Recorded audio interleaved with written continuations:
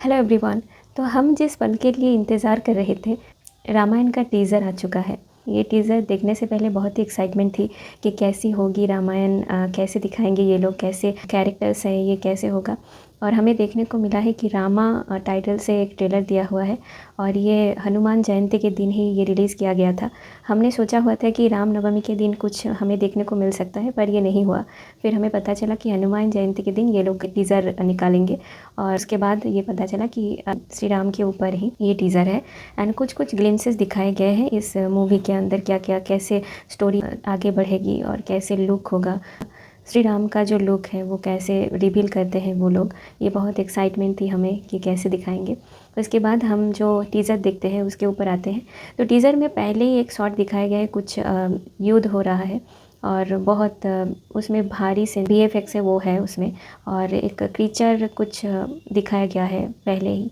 तो ये शॉट मुझे उतना अट्रैक्टिव नहीं लगा, क्योंकि ये बहुत ही मतलब गेमिंग में जो दिखाया जाता है और हॉलीवुड में कुछ फ़िल्में हैं उसमें ये सब VFX ऐसे यूज़ होता है, पर ये थोड़ा रियलिस्टिक नहीं लग रहा था मुझे। तो उसके बाद जब सेकेंड जब एक एक जो पार्ट है वो आते जाते हैं टीज़र में, वो थोड़ा बहुत मुझे अच्छा फ़ील होता है। श्री राम जब चल कर जाते हैं वहाँ पर जो एक सीन दिखाया गया है कि बहुत सारे लोग दो तरफ खड़े हुए हैं, फूल बरसाया जा रहा है उनके ऊपर। तो ये सीन भी थोड़ा मुझे लगा कि और क्लियर और रियलिस्टिक हो सकता था। बैकग्राउंड बहुत हेवी था और उसमें श्री राम खड़े हुए हैं, जो धनुष है उसको लेकर। वो सीन बहुत अच्छा था, आँखों को जो शांति मिलती है उसको देखकर ये बहुत अच्छा लग रहा था वो सीन। फिर एक सीन श्री राम वाला जो भी सीन था मुझे वो बहुत अच्छा लगा। मतलब एक सीन था जो झरने के पास खड़े हुए हैं, वो सीन भी बहुत अच्छा था। फिर रथ का पहिया दिखाया गया है, वो भी अच्छा ही था। थोड़ा बहुत लोग कह रहे हैं कि AI जनरेटेड हो सकता है, पर मुझे नहीं लगता कि रथ का पहिया AI जनरेटेड है, क्योंकि वो बहुत ही डिटेल में दिया हुआ है। वो भी जब रथ का पहिया घूमता है तो वो बहुत ही एक्यूरेट तरीके से वो बनाया गया है वो रथ का पहिया, मुझे वो बहुत अच्छा लगा। और उसके बाद रथ जब चल के जाता है अंधेरे के ऊपर, जो लाइटिंग दिखाई गई है उसमें वो भी बहुत बढ़िया थी। और जब श्री राम, सीता माता और लक्ष्मण जब सारे लोगों से मिलते हैं वनवास में जाने से पहले, वो एक सीन है अंधेरे के ऊपर, वो भी बहुत सुंदर दिखाया गया है। उसके बाद और दो सीन में क्रीचर्स आते हैं जो युद्ध, एक पेड़ के ऊपर पूरा टर्न होके श्री राम जब एक क्रीचर को मारने जाते हैं, युद्ध चल रहा है और एक बहुत बड़ा क्रीचर दिखाया गया है। और जो भी सीनों में ये क्रीचर्स और युद्ध दिखाए गए हैं वो सीन मुझे उतना अट्रैक्टिव नहीं लगा, क्योंकि ये बहुत ही हेवी VFX है और मुझे लगता है कि उनका काम अभी तक बाकी है। आई थिंक और भी रियलिस्टिक वो बनाएंगे ये सारे जो सीन्स हैं। और क्रीचर्स मुझे थोड़ा मतलब कम एक्यूरेट लगा। रामायण हम जो सोचते हैं, हम जो देखकर बड़े हुए हैं, बहुत ही रियलिस्टिक जो सीन्स थे उसमें, कैरेक्टर्स थे। तो वो क्रीचर्स, क्या ये क्रीचर्स उस टाइम में थे, और हमें तो ये मतलब उतना अट्रैक्टिव फील नहीं होता है। तो ये थोड़ा मुझे मतलब प्रॉब्लमेटिक लगा मुझे ये क्रीचर्स, क्योंकि ये बहुत गेमिंग और हॉलीवुड स्टाइल मुझे लग रहा था। तो हमारे जो सदियों पुराने जो लिखा गया है वाल्मीकि रामायण के ऊपर जो डिपेंड करके ये मूवी बन रही है, तो उस टाइम में कैसे क्रीचर्स थे मुझे उतना अट्रैक्टिव नहीं लगा। तो शायद ये बहुत टाइम है, अभी 6 मंथ्स आई थिंक है ये मूवी रिलीज़ होने में। तो ये लोग और भी डिटेल में काम कर सकते हैं, और भी रियलिस्टिक ये इन सीनों को बना सकते हैं। ये जो पार्ट्स हैं इसमें और भी रियलिस्टिक कुछ फीचर्स डाल सकते हैं।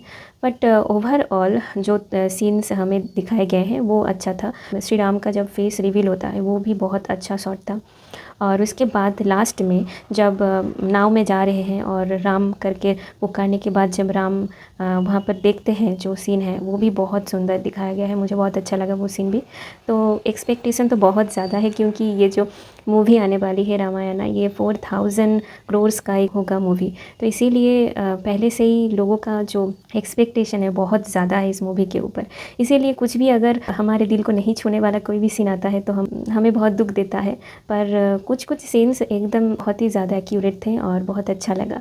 पर कुछ सीन्स जो हमें उतना फेमिलियर नहीं है हम उस सीन के ऊपर, और हॉलीवुड स्टाइल में जो भी दिखाया गया है, तो मुझे लगता है कि उनको थोड़ा और बहुत रियलिस्टिक करना चाहिए इन लोगों को।